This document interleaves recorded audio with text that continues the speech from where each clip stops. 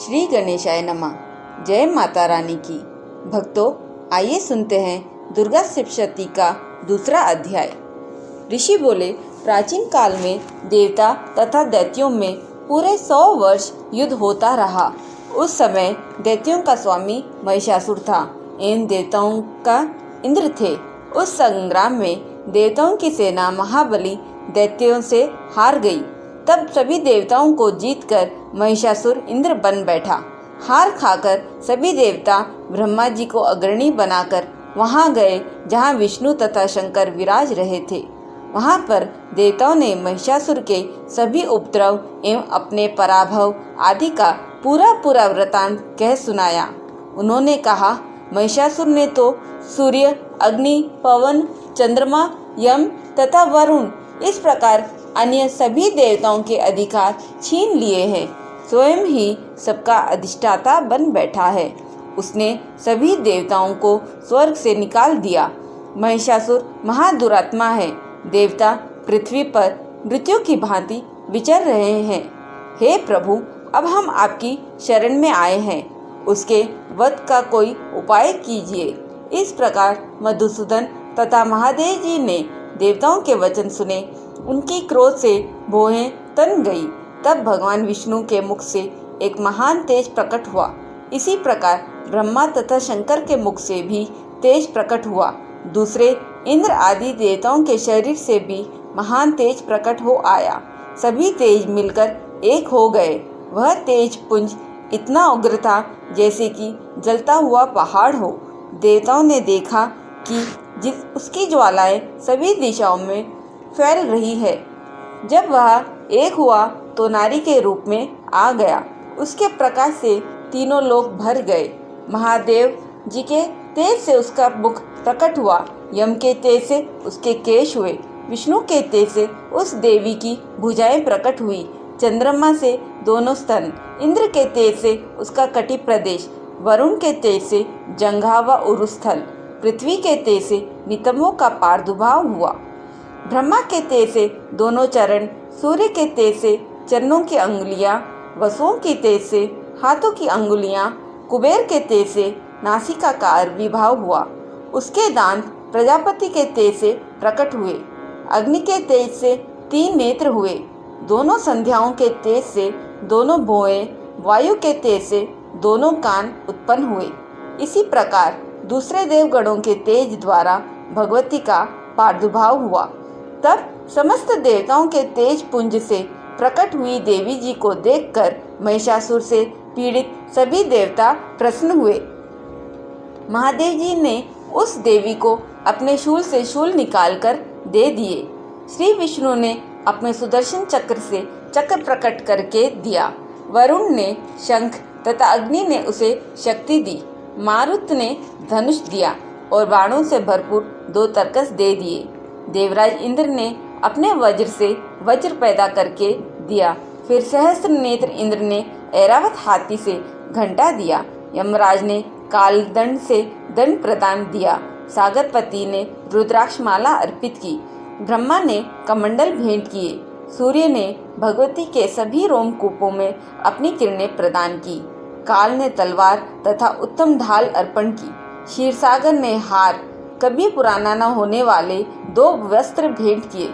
इसी प्रकार चूड़ामणि, दिव्य कुंडल तथा 2 कड़े भी भेंट किए तथा चमकता हुआ अर्धचंद्र, सभी भुजाओं के लिए बाजूबंद, चरणों के लिए नुपुर, कंठ के लिए सर्वोत्तम कंठुला भेंट किए। इस प्रकार सभी अंगुलियों के लिए रत्न जड़ित मुद्रिकाएं प्रदान की।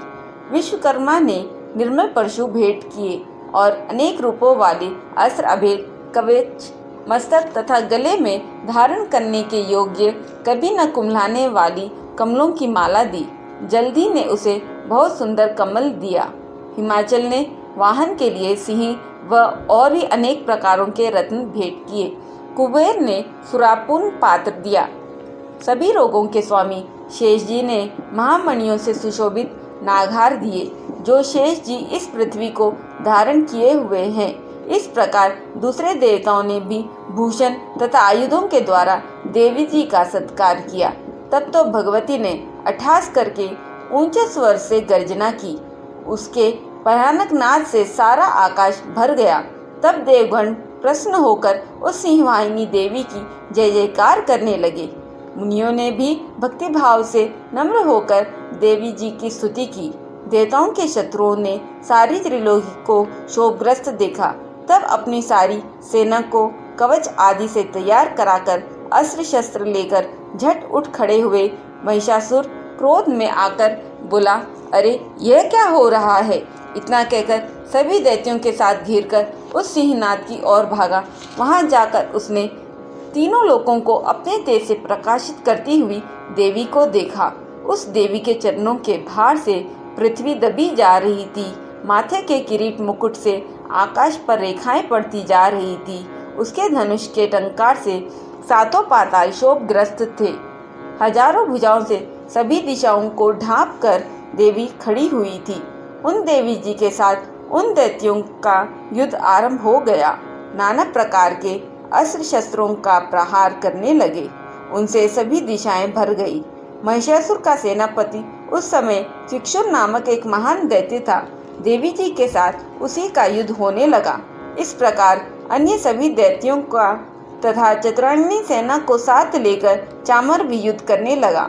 60,000 रथियों को साथ लेकर उद्दग महादैत्य भी युद्ध में प्रवृत्त हो गया। महाहनुन दैत्य 1 करोड़ रथियों को साथ लेकर लड़ पड़ा। तलवार के सामने पैने रोमों वाले असिलोमा नामक दैत्य 5 करोड़ रथियों के साथ युद्ध में आ गया। 60 लाख रथियों से आवृत वाशकाल दैत्य युद्ध में उतर पड़ा। पार्वारिक दैत्य हाथी एवं घोड़ों के अनेकों सवारों के समूह में घिरा हुआ करोड़ रथियों के साथ उस युद्ध में युद्ध करने लगा। विडाल दैत्य 5 अरब रथियों को साथ लाकर लड़ने लगा और भी हजारों महादैत्य रथ हाथी घोड़ों से घिरे रथियों को साथ लाकर देवी जी के साथ युद्ध करने लगे। उस रणांगन में स्वयं महिषासुर भी रथों हाथी एवं अश्वों की सेनाओं से घिरा हुआ खड़ा था। तोमर, बिंदपाल, शक्ति, मूसल, परशु, पटिश, खंग आदि शस्त्रों से युद्ध में देवी जी के साथ युद्ध करने लगे। कुछ दैत्यों ने देवी जी पर शक्तियां छोड़ी एवं दूसरों ने पाश फेंके। तब उस चंडिका देवी ने उन्हें अस्त्र शस्त्रों की वर्षा करके तोड़ डाला। इधर देवी जी का वाहन सिंह भी क्रोध में आ गया। अपने गर्दन के बाल हिलाता हुआ दैत्यों की सेना में इस प्रकार घूमने लगा जैसे कि वन में अग्नि फैलती जा रही हो। उस युद्ध भूमि में युद्ध करती हुई अंबिका ने जितने ही श्वास छोड़े वे ही झटपट सैकड़ों हजारों गणों के रूप में परिणित हो गए। प्रकट होकर उन गणों ने खंग, भिंदीपाल, पट्टिश आदि शस्त्रों से युद्ध आरंभ कर दिया। देवी जी की शक्ति से वृद्धि पाकर वे गण दैत्यों का नाश करने लगे। साथ में दूसरे गण नगाड़े, शंख आदि बजाने लगे। महंती प्रसन्नता देने वाली उस युद्ध के उत्साह में कुछ एक ने मृदंग बजाए। तब देवी जी ने त्रिशूल, गदा और शक्तियों की वर्षा से तलवार आदि शस्त्रों से सैकड़ों महान असुर मार डाले। दूसरे कितने एक दैत्यों का घंटा के भयप्रद नाद से मूर्छित करके मार गिराया। मरे दैत्यों को पांच से बांधकर पृथ्वी पर घसीट डाला। कितने तो गदा की चोट से घायल होकर पृथ्वी पर सो गए। मूसलों के प्रहार से कई एक रुधिर वमन करने लगे एवं कई एक शूल द्वारा वक्षस्थल फट जाने से पृथ्वी पर पड़ गए। कितने एक दैत्य बाणों की वर्षा द्वारा युद्ध भूमि में काट गिराए। शयन बाज पक्षी की भांति आक्रमण करने वाले देव शत्रु दैत्य प्राण छोड़ने लगे। कितने एक दैत्यों की भुजाएं कट गई, दूसरों की ग्रीवाएं छिन्न भिन्न हो गई। कई दैत्यों के सिर कट गए, दूसरे मध्य से विदीर्ण हो गए। कुछ दैत्यों की जंघाएं कट गई और पृथ्वी पर गिर गए और एक दैत्य को तो एक भुजा, एक आंख, एक पांव वाला करके दो दो टुकड़े कर डाले। मार मार कर गिराए हुए रथी, हाथी, घोड़े एवं असुर की लाशों के द्वारा जहाँ महायुद्ध हो रहा था वहाँ की पृथ्वी इस प्रकार भर गई कि वहाँ का आना जाना कठिन हो गया। वहाँ सेना एवं असुरों के रुधिर बहने से रुधिर की बड़ी बड़ी नदियाँ बहने लगी। जगदम्बा जी क्षण में ही दैत्यों की सेना को इस प्रकार नाश कर दिया जैसे कि लकड़ियों के बड़े ढेर को अग्नि जला देती है। देवी का वाहन सिंह अपने बालों को छटकाता हुआ बड़ी गर्जना करता हुआ दैत्यों के शरीर से मानो प्राण ही चुन रहा हो इस प्रकार घूमने लगा। देवी जी के उन गढ़ों ने महासुरों के साथ बड़ा युद्ध किया, जिससे देवता प्रसन्न होकर आकाश से पुष्पों की वर्षा करने लगे।